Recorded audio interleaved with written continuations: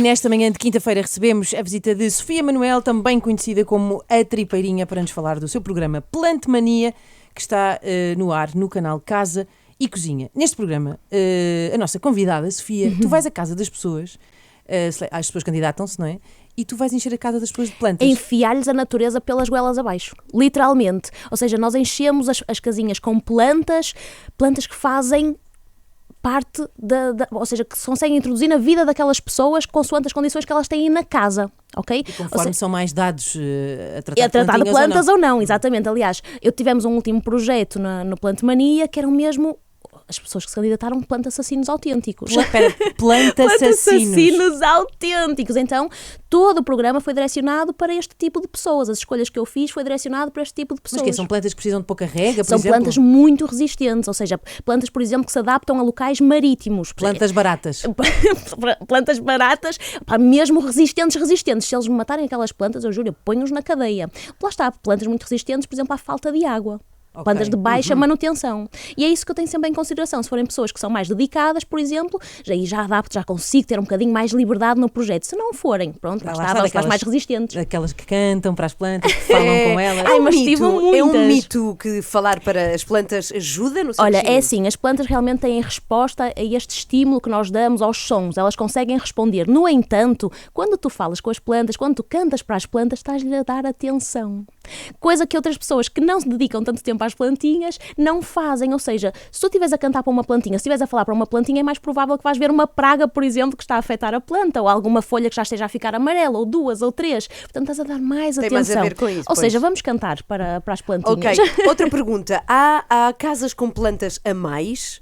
Ou seja, é prejudicial não conheço esse conceito. Ou seja, ter demasiadas plantas não é prejudicial? Não conheço esse conceito, Sim. É uma coisa que eu não me identifico. Aliás, eu tenho mais de 40 plantas no meu quarto, estou aqui, ótima. Essa é outra coisa que sempre ouvi dizer, que é, não se pode ter plantas no quarto. Porquê é que se diz isso e porquê é que isso não é verdade? Porque Sofia? É verdade que as plantas, durante a noite, isto pronto, é um mito que se formou a partir daqui, elas libertam dióxido de carbono e consomem oxigênio. E as pessoas ficam, ai meu Deus, a planta vai-me roubar o oxigênio. Sabem quem é que vos rouba o oxigênio e também liberta dióxido de carbono? O vosso parceiro que está ao vosso lado e ainda por cima ressona. Portanto, querem pô-lo fora do quarto? É ele, não é as plantinhas. É mesmo numa escala muito baixinha, muito pouquinha. Ou seja, não afeta, não tem qualquer...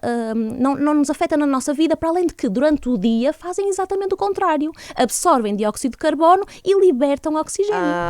Um purificador que a pessoa tem. Outra pergunta. Eu acho que há em todas as casas a chamada zona hospital das plantas, que é uma zona onde quando as plantas não estão bem, ficam boas. É verdade. Não é? É verdade. Neste caso, no meu escritório, eu tenho lá uma vitrine, em que dentro da vitrine, porque é uma mini estufinha, portanto as vitrines para mim não são para pôr fotografias, nem cacarecos, são para pôr plantas, que estão em recuperação. Tu pões mesmo assim dentro? Dentro, porque é uma pequena estufa que nós formamos. Eu acho que a Ana estava mais a falar de um cantinho da casa muito particular. Por exemplo, na minha casa é um sítio que não dá jeito nenhum, porque é onde elas apanham muito sol. Era isso que estavas a dizer, não é? Na minha casa é um sítio onde apanham muito sol, é um sítio ótimo, só que mesmo em frente a uma porta não dá jeito nenhum. Mas muito sol ou muita claridade? A claridade, sim, Pronto, sim, não é sol direto. Isto é importante, porque há pessoas que confundem claridade com sol e depois vão pensar, ela disse-me que ela precisava de muita luz. Ou seja, acham que é muito sol e depois queimam a plantinha. Apanham os caldões. Apanham os caldões, exatamente. Ou seja, todas as plantas que nós temos dentro de casa são mais plantas tropicais, ou seja, são as plantas que se conseguem adaptar ao nosso interior. Daí, temos de ter cuidado com o nosso sol. Porquê? Porque quando elas estão, normalmente é nas selvas gigantes, com árvores gigantes, que as protegem precisamente de um escaldão. Daí damos as mesmas condições dentro das nossas casas. Olha, tenho muita curiosidade para perceber quando é que... Porque tu és engenheira civil de formação. Sou engenheira civil. Agora, tu sempre gostaste de plantas desde pequena? Sim, neste caso a culpa é da minha avó. A minha avó tinha plantas por todo o lado, em toda a casa e no jardim. A minha avó era uma ótima agricultora e eu cresci com ela, ao lado dela, ou seja, as plantas sempre fizeram parte de mim e eu nem sequer me apercebi deste amor. Para mim era super normal, a minha avó tem plantas, eu tenho plantas, as plantas fazem parte da minha vida. E quando comecei a crescer, tive depois a minha primeira casinha, fui viver sozinha e comecei a sentir, falta-me alguma coisa, está assim vazio. E comecei então a introduzir plantinhas na minha sala, no meu quarto, e aí sim eu senti-me verdadeiramente em casa. Foi muito normal, digamos assim. Olha, em SOS, a que sinais devemos estar atentos para perceber que a nossa planta não está bem? Qual é a primeira coisa? Primeira coisa, a planta vai-te literalmente dizer com o seu aspecto.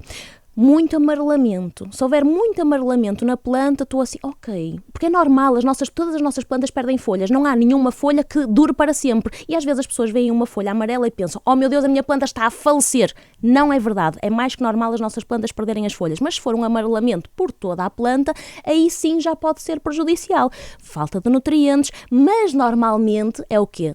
Falta de luz. Porque nós vemos um sítio assim, tristonho na nossa casa, um cantinho mais deserto na nossa casa, sem nada. Ou seja, mais depressa é falta de luz do que a falta de água. Exatamente.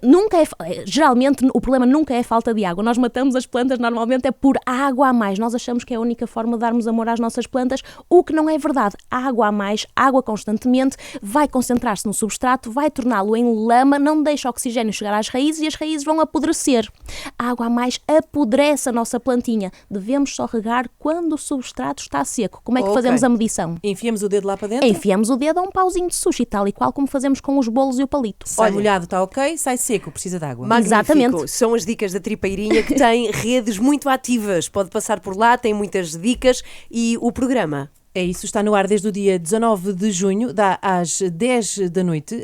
Vão ser vários episódios, são 25 minutos em que ficamos a aprender muito com as dicas da Sofia, da nossa tripeirinha, neste Plante Mania. Exatamente, é só ver. Obrigada! Obrigada! Adeus. Obrigada!